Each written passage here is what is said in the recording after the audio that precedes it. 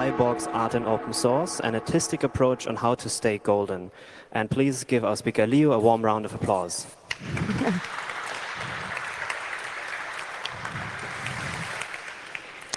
Hello, everybody. I'm super happy you came to see my talk today. I think it's quite a special topic because I'm not a programmer. I'm not talking about much technology. I'm more talking about art, about a really special way to see the world, and yeah, maybe even celebrating that way as a kind of weapon, as a kind of language. Yeah. First, I would like to introduce myself. My name is Leo. I work as artist under the name Lou J.P. Musknuk. I'm an art student at the Art Academy in Munich, Academy of Fine Arts, Munich, in the class for digital and time-based media. I origin from the politically left-wing direction, which led me also to body modification. I wear an NFC chip inside of my hand, and I'm highly interested in all that field because I see it as a kind of merging between human and machine very soon. I guess you guys can imagine that, and you're super open to the topic. And yeah, let's just jump through that thing. Well, I have a rough outline, introduction. I'm going to tell you a little bit about my art, my personal work, and my intention.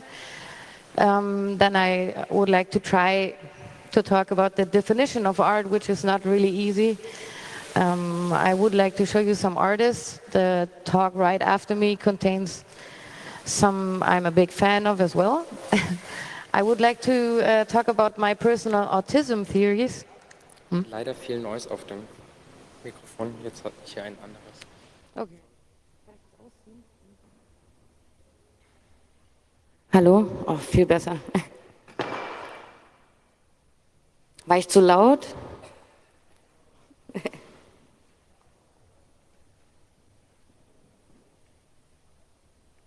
All right. So, yeah, I would like to tell you more about my personal autism theories. That's how I call it. I would like to suggest some solutions to the actual social problems that I see as an artist and as a human, basically. And then I would like to have a discussion with you if you guys are in. I would like to ask you to interrupt me anytime. You can just raise your hand if you want to tell me something, if you want to add any facts, because I'm not super fact orientated. I'm more mindful and into consciousness, a little bit spiritual, but in a cyborg way, as I say. So you can interrupt me anytime, and I also want to point out that the movie I'm going to show you is maybe nothing for kids. So if there's any kids or people that are lightheaded, I don't want you to faint, so please maybe leave the room now if you don't want to see that movie.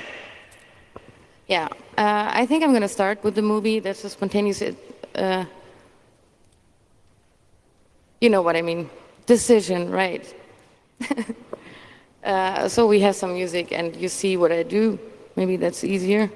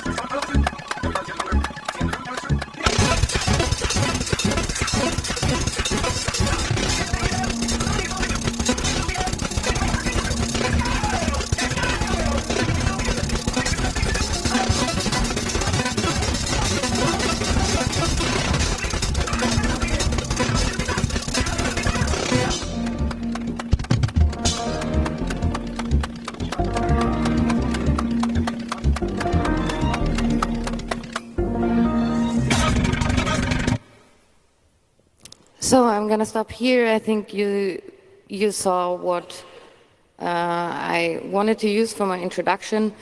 I'm already 34 years old. I'm a carpenter. I'm a CPR, like emergency worker, and tattoo artist. And I realized that a lot of people judged me for this work, especially.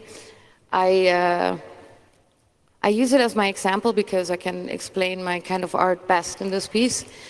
The reason I did that was actually to try to perform a time jump in an artistic ideology.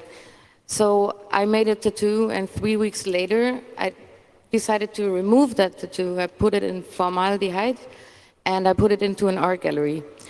This actually tells a lot to me. I got judged for that work. It's nothing about any psychiatric issues I have. I didn't enjoy it.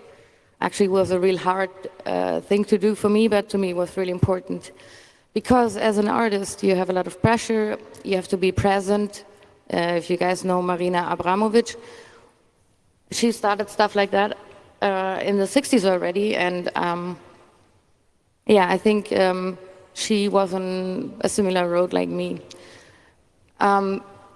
If you see that a piece of my body physically is exhibited in a gallery, that means the artist is present even if he or she is not present. I need to drink something, sorry.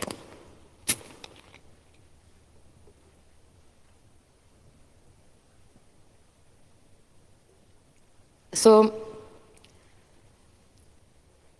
the piece of myself, it will not only be present in that moment I exhibited it, but it also will be in the future.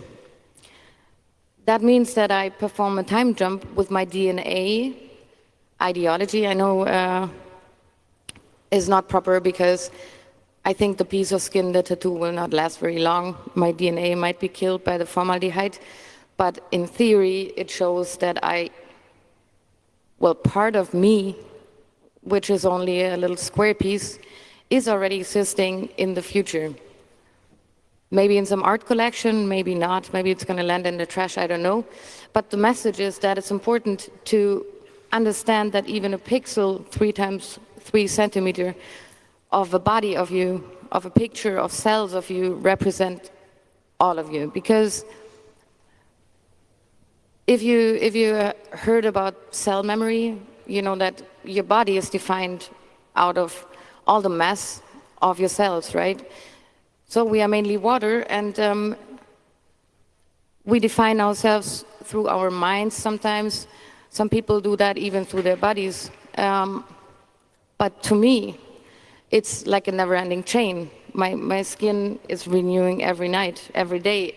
I lose a part of myself. Every breath I take is exchange. This process is really important to me. That's also why I show all those fast pictures, because we are living in a world that adjusts processes. There's no products anymore that are to be important to me. I don't know if any one of you has read the CyBorgs manifesto by Donna Haraway. I really would like to suggest it to you. It's really feministic, that's what people say. I have my own opinion about it, but I'm not here to discuss that. I just would like to recommend you to read it and build your own opinion about it, as well as the German book Jäger, Sammler und Kritiker by Brecht. He's kind of like a pop philosophy guy. I like him, he has a good opinion, but as always, please build up your own opinion and check it out.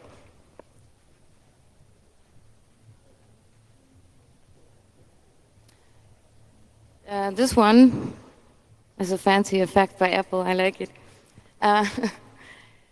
This one is another work I did. As you can see, my main topic is the overwhelming in this today's world.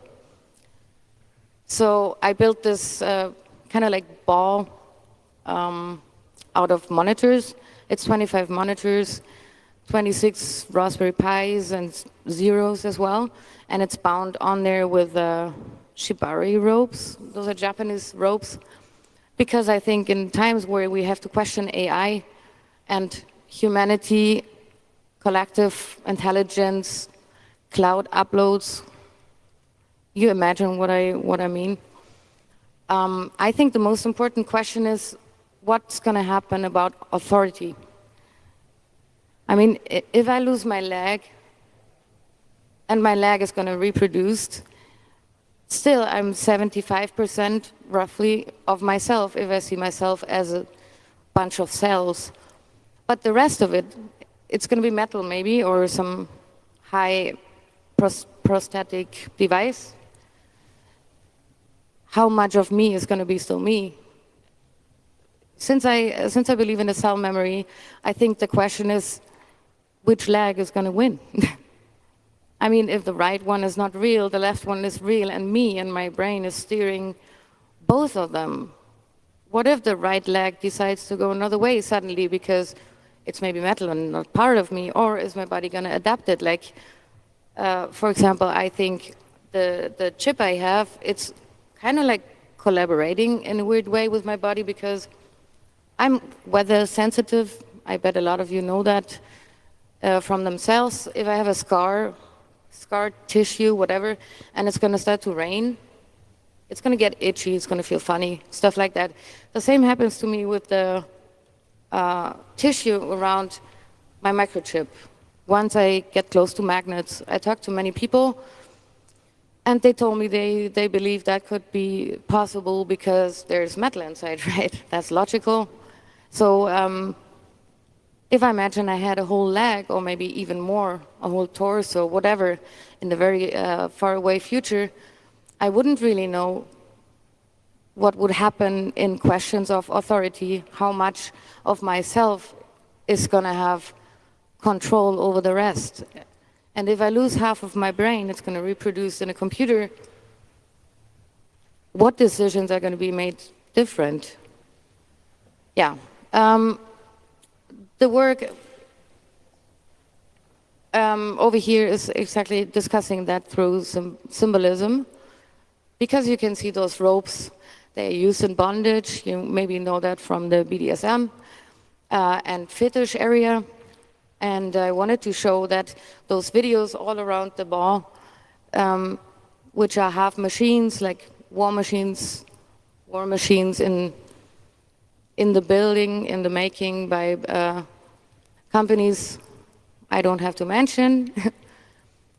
It shows a lot of holographic stuff. It shows technology, about 70%, and the rest of it is nature.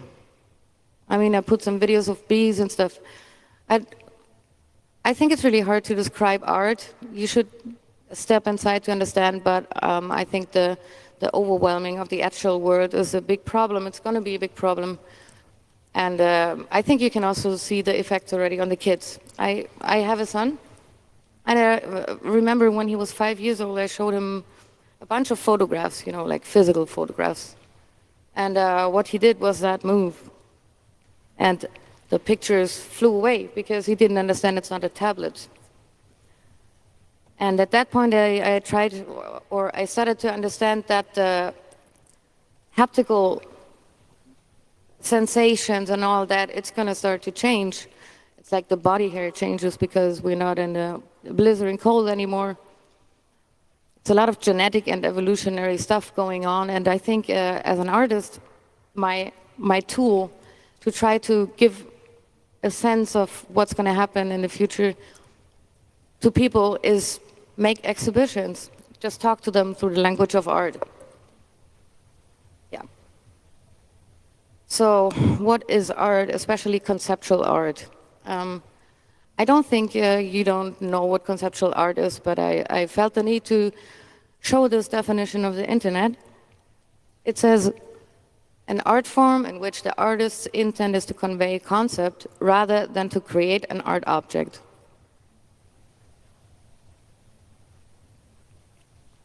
Sorry, it's just so hard. Well, I think that's a really easy definition, it's made easy, but it's not that easy, because if you see this whole camp as a sculpture, as I do, a social sculpture, you might be reminded of, and people like Beuys, but actually sculptures like this, you cannot hang over your couch, you cannot sell them for millions, but they exist, and they are the really, really important pieces of art. That's how I see it. It's relative, it's all relative. Of course, I would like to sell some crappy shit that somebody can put over the couch and get millions for it, so I can buy new artsy stuff and change the world in a naive way. I do as an artist. But yeah, I mean, I think this definition is so broad and so wide that there's a lot of space for other disciplines as well. So I don't know if you guys know Stellark. He's a really cool artist. I'm in touch with him, actually. He used to do a lot of things. He had this ear in his arm. He's getting hooked. He's getting body suspensions. He's a great guy in starting the whole scene. And actually, he got a body suspension in the Art Academy of Munich a long time ago. Also, Beuys is a very important person to me, because especially not because he's a cool guy and he's super crazy and I admire him, but also he was the one starting off with all that social sculpture thing. I did several social sculptures, but it's always hard to sell stuff like that, so it's more like people smile at you like, oh, nice, she's trying to do something. But as I said, to me, that's the essential part of art. Of course, I guess you know Moon Rebus and Neil Harbison. Cool people. They are thinking about they founded the CyBorg Foundation. I think the talk is right after this, so I'm really looking forward to it. Maybe you should listen at that one too, if you're here. Neil is the guy with the antenna in his head who can basically hear colors, if I understood it right. I think it's really, really good that those guys start to raise awareness for all the personification thing of cyborgs.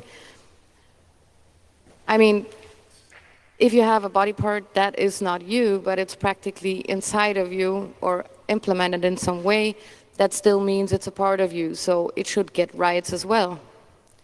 But that's a very long discussion, so I reduce that to my power. Well, here's some nice pictures of those guys. On the bottom right, Stellark with one of his super cool, fancy devices he did. There's many videos. If you want to research them, I promise you find a lot. Well, now here's my autism theories. As an artist, I like to play in my mind. Conceptual art is like, how do I say that? It's like a big playground for me to go all crazy. I can change my personalities, kind of like David Bowie did. I can play around, I can imagine things, I can talk about Schrödinger's cat, stuff like that. So in my opinion, autism, especially Asperger's and, you know, the Simon, what's his name, Cohen thingy about being autistic, to me, represents a strong sense of evolution. I researched a lot, and it's hard to put that in words, but I realized there's a lot of parallels in autistic people and evolution. In my eyes, it's a slow evolution that's pointing into the direction that it's harder for the brain to process some things and at the same time do some other. But since we are in an Anthropocene time age, it's going to happen anyway.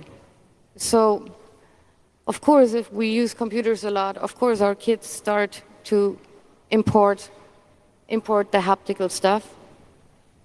But not only that, I even think that all those kids from engineers and IT managers that are autistic or on the spectrum, as you would say it, they are basically the future because they are evoluting into a world where it's easier to focus on yourself and maybe add social skills if you choose to. So I think the most important thing is to talk about solutions. So the most important point I have here on my little sheet is be interdisciplinary. I realized a lot of people just separate, they isolate. The physicists hang out with the physicists, the artists do the art stuff, the hackers do the hack stuff, but it's much more important to generate a fusion. In the same named festival, you can see that, and you can see it here as well, how good it works. But I think we should spread that more in the world in general. Then, to me, it's really important to sharpen social skills. That's easy to say, but it's not that easy, actually. We start to move away from people. We don't respect each other that much anymore. That's what I can see on the internet sometimes. We try to anonymize ourselves, and I don't think that's a good thing. What is worse, actually, is to steal data from people, of course. But if we have the power to change that now, we should do that. Well, communication is essential. That's true. If you are not able to communicate, no matter if your language is art or design or Python, you're not able to do anything, right? So you should try to listen to other people, get back to the communication skills because they are super essential. And then art can be a weapon or a language or a switch. So as I said, Boyce is super right. And he also said that everybody is an artist. So if you code, even if you go to the toilet, you can see everything you do as art if you do it in a positive way. Because every change starts in you. So, of course, you can always complain and say society sucks and I hate those politicians, and we know people that talk like that, right?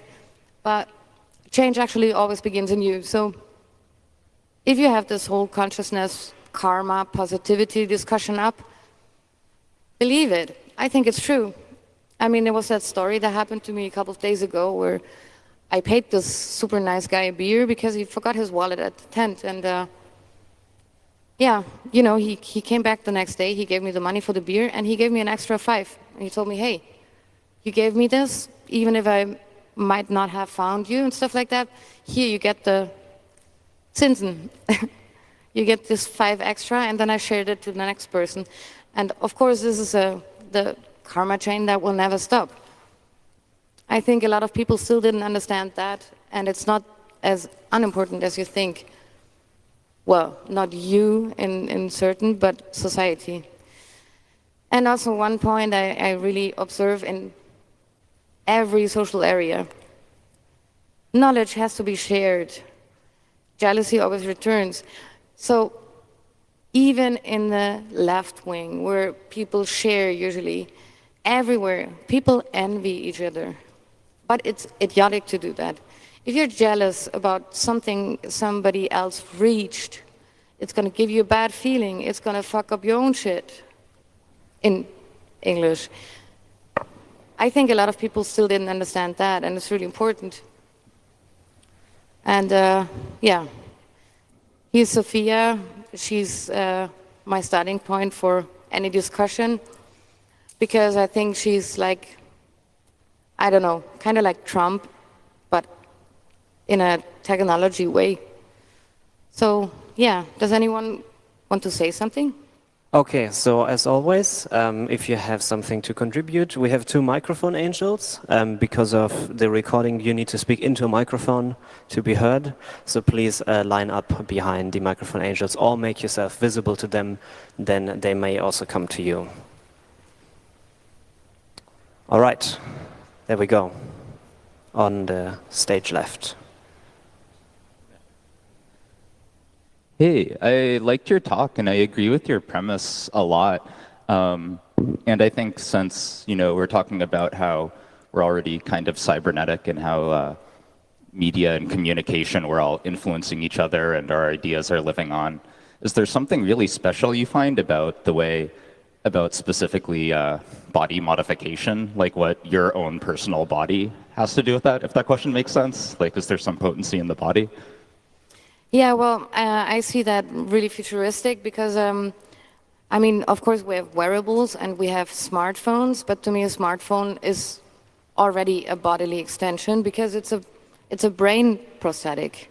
My iCloud, it's that shit I cannot store in my brain. Well, or whatever cloud, I don't want to reduce it to Apple, but I have all those storages and all that stuff, but it represents my memory in a technical way. So, yeah, I think it's really important to use the body even, like create some nano stuff that can be inside of you and morph, because it's stupid. We're wasting the planet, but I think by generating energy out of our own body, out of ourselves, we could maybe stop that, even if it's too late.